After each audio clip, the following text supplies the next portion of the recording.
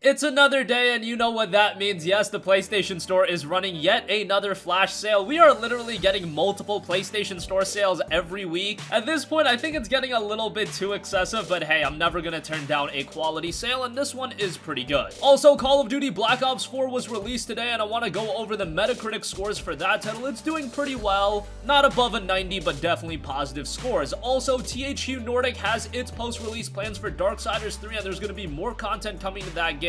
So I want to talk a little bit about that. Cyberpunk 2077 is a very hotly anticipated game. However, we really don't know when the game is going to be released. But CD Projekt Red did speak on the game and how much content that game is going to have and how they are assessing the playtime in the game. Also, God Eater 3 has gotten a PlayStation 4 demo released in Japan. Of course, you can make a Japanese PlayStation Network account and download the demo. However, oddly enough, this demo is only going to be available for a limited time. So that's a little weird, so you have to take advantage of that as soon as possible. Also, there is a great deal on a PlayStation VR headset available right now. Initially, I did say for you guys to wait until Black Friday. However, if you're eager to pick up PSVR, this is quite a good deal, and I'll mention that at the end of this video. First, let's go over this PlayStation Network flash sale. Yes, yet another flash sale. Not a ton of fantastic deals, but a couple of highlights. Dead Cells is 20% off, so not a significant discount on that, but it is down to $19.99. That is a terrific game, and I would highly recommend you guys to check out that. A game that you can also sink a lot of time into. I spent around 30 hours with the game, but I've spoken to people that have spent way more time than me. So for $20, definitely a worthwhile purchase, a game that's been received very, very well. Divinity Original Sin 2 Definitive Edition is already discounted. It is 25% off, down to $44.99.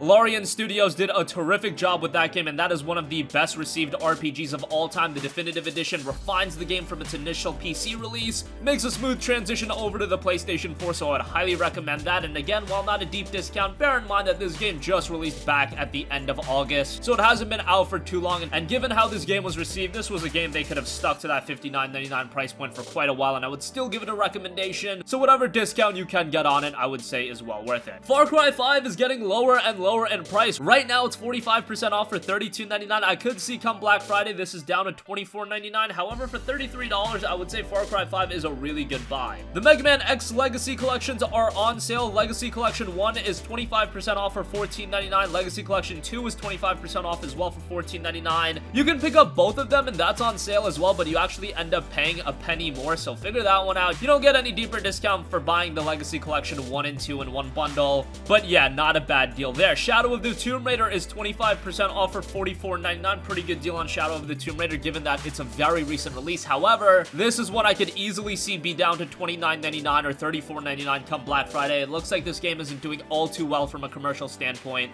and I would imagine that the price is going to drop even lower. South Park: The Fractured But Whole and The Stick of Truth are on sale. Fractured But Whole is 65% off for $20.99, while Stick of Truth is 50% off for $14.99. Most people agree that Stick of Truth is the better game, so if you just want the one quality South Park title, that's probably the one you should get. Vampire is 40% off for $35.99. That's a really good deal for that, and they just released an update for that game, making it even better. And then lastly, Yakuza Kiwami 2 is 20% off for $39.99. You guys know how I feel about Yakuza, don't really need to sell you on that, but that's a great deal on a very recently released game as well. So check out the flash sale, a bunch of good deals available right now. The PlayStation Store has a couple of other deals running as well, an EA publisher sale. A couple of other Square Enix titles are discounted as well, so give a look at all of the deals that are going on right now. Moving on from that, today we just had the official release of Call of Duty Black Ops 4, the first Call of Duty that is entirely online, and it is currently at an 87 on Metacritic. Now expect the score to fluctuate a little bit as more of the reviews are posted, but Game Informer was very positive about the game, giving it a 9.5, saying Blackout is the best battle royale experience available today. Zombies offers crazy customizable co-op, and multiplayer keeps things grounded for those looking for the classic core.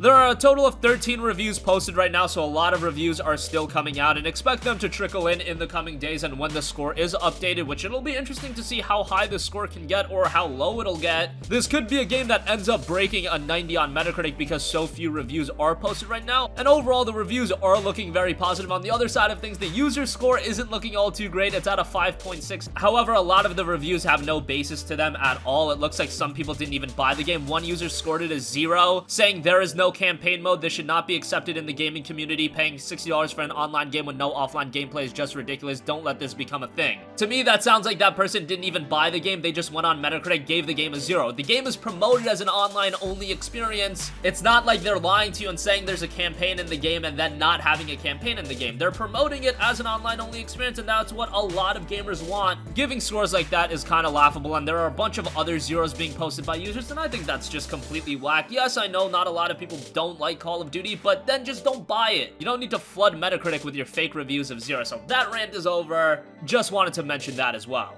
Also, one of the games that is going a little bit under the radar right now by THQ is Darksiders 3. Given the fact we're coming up on the release of RDR2 and Fallout 76, I can understand why a lot of people aren't talking about Darksiders 3, but it is a game that I'm personally excited for, and it was confirmed that there is DLC coming for the game, including new playable areas, new challenges, puzzles, items, and enemies. The first pack will be the Crucible, and it'll have the main character travel to the Crucible, and then the second add-on pack will be Keepers of the Void, so adding new content to the game. I know a lot of you guys aren't fans of DLC, and especially for a single player experience, I don't really like seeing that. However, if it's priced accordingly and if it doesn't take away from the main game itself, I don't see too big of an issue with it. Hopefully Darksiders 3 does ramp up in anticipation as we head into the release for the game, because I imagine this is a game where I imagine it's going to rely a lot on how this game does commercially if it is going to be continued, because after the absence between Darksiders 2 and Darksiders 3, there could be that notion that a lot of gamers have completely forgotten about Darksiders, but hopefully that isn't the case and this is a franchise that can be revitalized.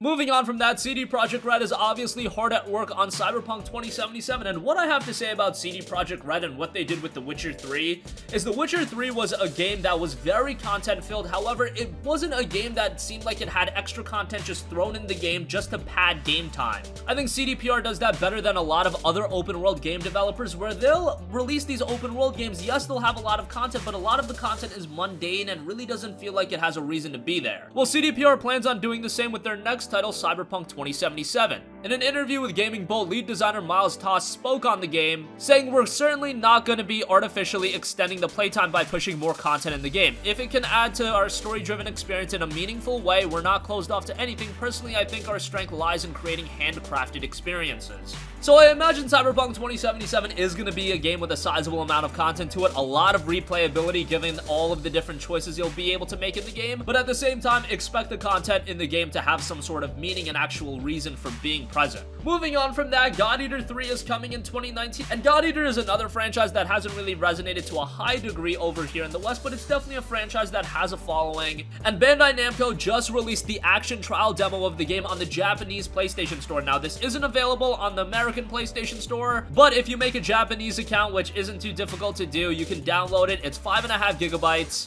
and it'll only be playable until October 21st, so it is being released as a timed demo. We're still a little bit ways out from the release of this game over here in the West, but it is coming on December 13th in Japan. So over in Japan, it's seeing a release very soon, so it's odd to me that the demo is only going to be timed. Whatever the case may be, if you make a Japanese PlayStation Network account, you can download the demo right now. And lastly, I've been talking up PlayStation VR for seemingly weeks at this point, and I was saying I think you guys should wait until Black Friday if you've yet to pick up PSVR, because that's undoubtedly when you're going to find the best deals on it. However, Newegg has got a really good deal on the PlayStation VR Doom VFR bundle. This includes the VR headset, a PlayStation camera, as well as Doom VFR the game. It's listed at $299.99, which is already a pretty good deal. However, there is a promo code that'll knock off an additional 20%, so you end up getting it for $240. That's a great deal on the Doom VFR bundle, and you get all of the equipment that really gets your VR experience going, and you get a pretty decent game to boot. Now, if you aren't too eager to pick up PSVR, I would still say hold off until Black Friday, because some of the other bundles I think are better. There's an Astrobot and Moss bundle that I think is the best PSVR bundle available right now, and if that gets discounted, I would recommend that to be the one that everybody snags up. Otherwise,